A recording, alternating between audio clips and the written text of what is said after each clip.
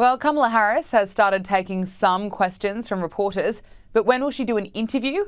According to her, it's probably not going to be for another 3 weeks. Madam Vice President, there's been a lot of questions about when you're going to sit down for your first interview since being the nominee. Do you have any updates on that? I've talked to my team. I want us to get an interview scheduled before the end of the month. Thank you. It is outrageous, and it is all an act that she can't really find the time until the end of the month. The Democrats are trying to buy as much time as possible to keep the honeymoon going with Kamala Harris and hide her from any real pressure or scrutiny. And just ask yourselves, why is that? What are they trying to hide? In my opinion, if she wants your votes, she can do better than rocking up to events with musicians. Now, Donald Trump has agreed to 3 televised debates with Kamala Harris. The first one has been locked in for September 10.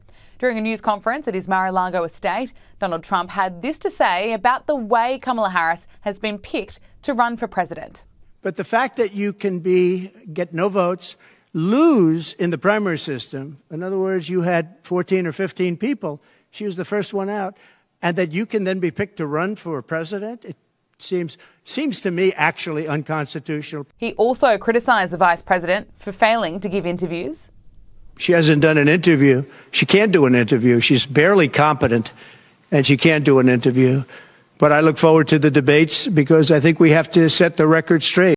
And he made the fair point that Kamala Harris was behind the Joe Biden cover-up. The elderly man who isn't mentally fit enough to run for president again, but is completely fine to keep doing the job for the next 6 months. Here he was today. Thank you. All right, what am I doing now? Still my jersey?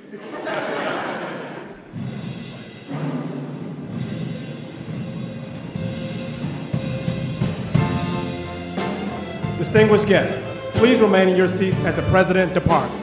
Thank you. Emily Jashinsky joined Power Hour to break down why Tim Walz was selected to be Kamala Harris's running mate.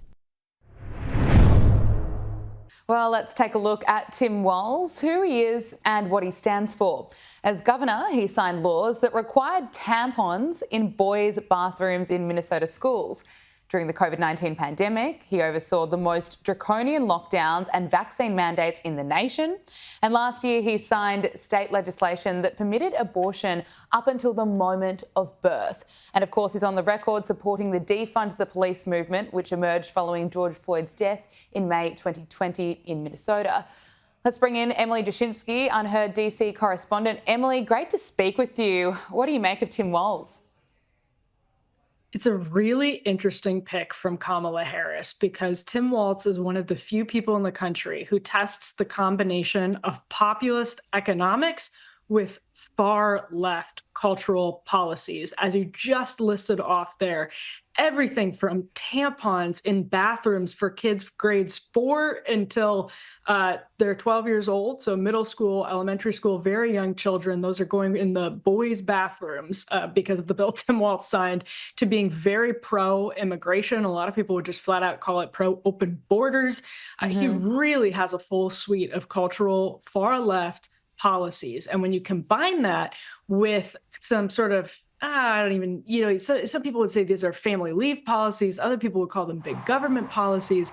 But it's just a rare combination that you see somebody so far to the left on social policies, trans issues, immigration issues, abortion, as you mentioned, also kind of try to be the guy who hunts. He goes pheasant hunting. He tries to sound like I'm just a normal football coach. I'm from the Midwest. I think he's going to have a really hard time acting like he's just a normal Midwestern hunter when he comes with this full package of cultural leftist policies on social issues. Yeah, it's going to be interesting to see how the American people respond to him. Let's look at the trans issue.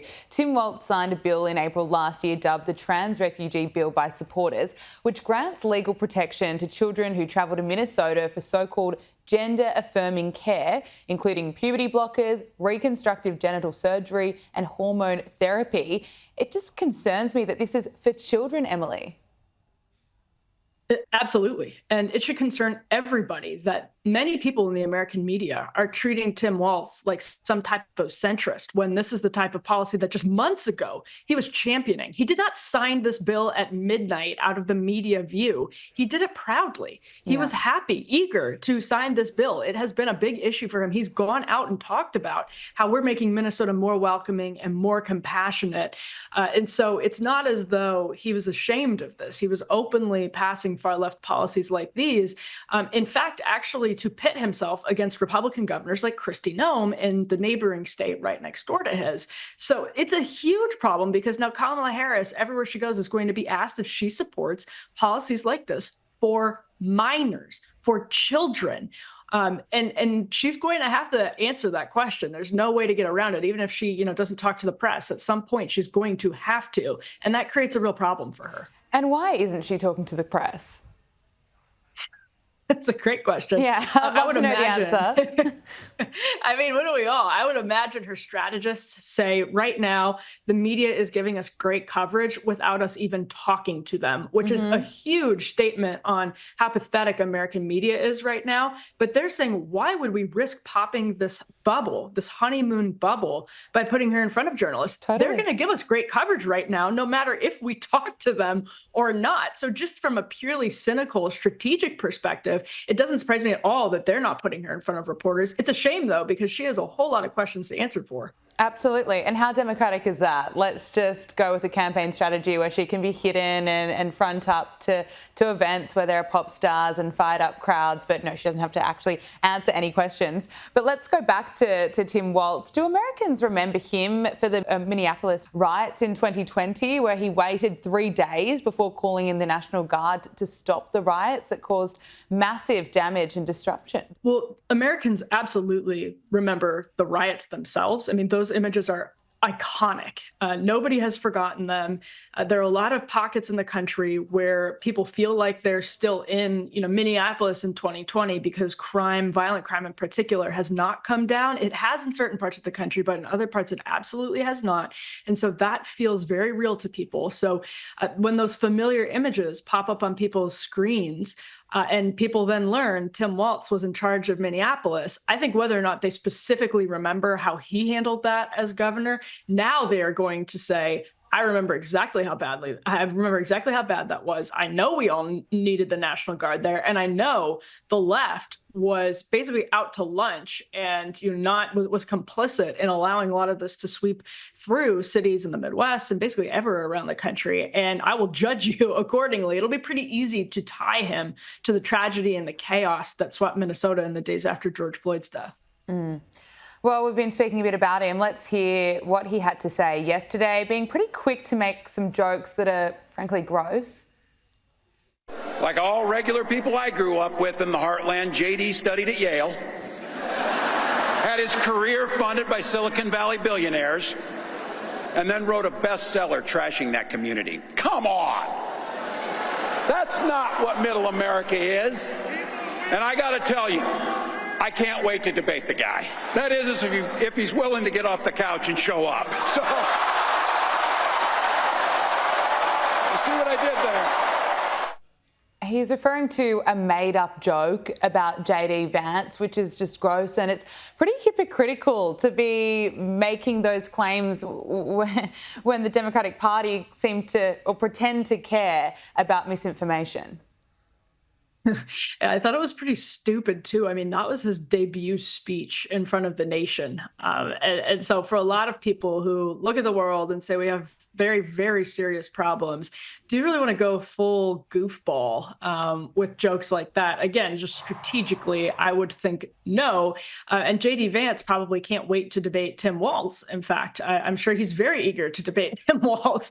We remember what happened to another Tim when, not another Tim, actually, remember what happened to JD Vance when he debated his Ohio Senate candidate. Actually, it was Tim Ryan, all kinds of Tims in American politics, but JD Vance was very capable. And so Tim Walz is riding high right now. I think you can even, he was in my home state of Wisconsin campaigning with Kamala Harris today. You can hear it in both of their voices. I mean, they're just getting fawning media coverage and they are riding really high. They feel great right now.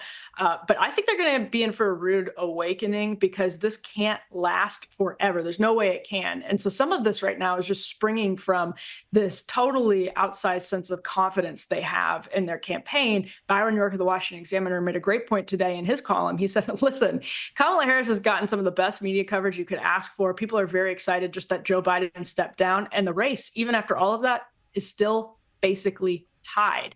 That should be the wake-up call that Democrats need right now. Yep, that's true. There's still time to go. What do you make of the decision Kamala Harris has made? Why didn't she go with the favourite Pennsylvania governor, Josh Shapiro? I don't think Josh Shapiro was quite as good a candidate as some people thought he was. I think Tim Walz does bring some things to the table. I mean, you know, as much as I think it's a tough sell to say this is just your regular Midwestern guy when you put Tim Walz out there, they desperately do need that. They desperately do need to seem as though they understand, you know, regular Midwestern voters, especially rural voters. So I see what they were thinking in their minds that Tim Walz might do for the ticket. Whether or not he's capable of accomplishing what they thought he might do for the ticket is a different question. I cannot possibly imagine why their calculation that any, you know, sort of upset they would have caused to the far left by selecting Josh Shapiro because he had volunteered with a non-combat role in the IDF and had generally been pro-Israel outweighed the fact that he is the governor of the state that could almost clinch the election on its own. It doesn't make a ton of sense to me, even with the fact that I think as much as I don't like Tim Walz, he brings some things to the table. That is such a huge thing to bring to the table. I can't imagine why they suddenly decided it wasn't worth it to go with Shapiro. Doesn't make a ton of sense to me.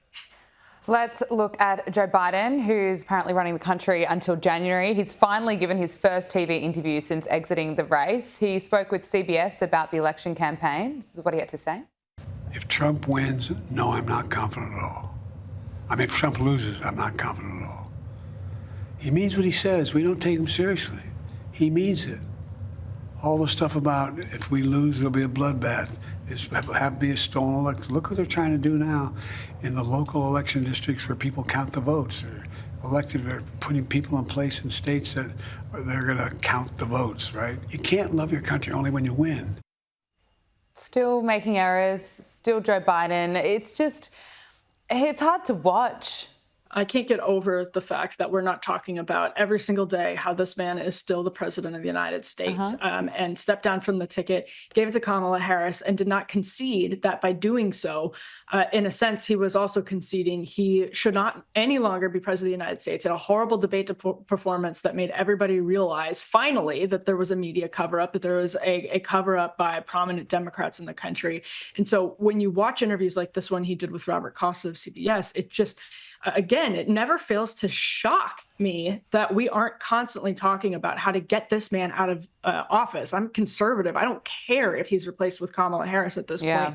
The man can barely stay awake through an interview. So again, just totally shocking and really, really sad. Like you said, it's hard to watch. It's sad to watch as an American. It's so concerning. We've got the next 6 months where he's supposed to be president. It's not a short amount of time. No, and it's a constitutional crisis every single day until he steps down because we know that he isn't capable. We know that's actually why the 25th Amendment exists, to handle situations just like this one. So yeah, it's obviously something that should be weighing on the minds of many, many Americans. It is, but the media, again, has totally moved on from it and is not even having that conversation anymore, despite the fact that he's coming in front of their cameras and talking like the way he just talked to Bob Costa. It sounds like he can't stay awake for a basic interview. Yeah, it's so painful to watch. Emily Jashinsky, Unheard DC correspondent, thank you so much for joining us on Power Hour. Thank you.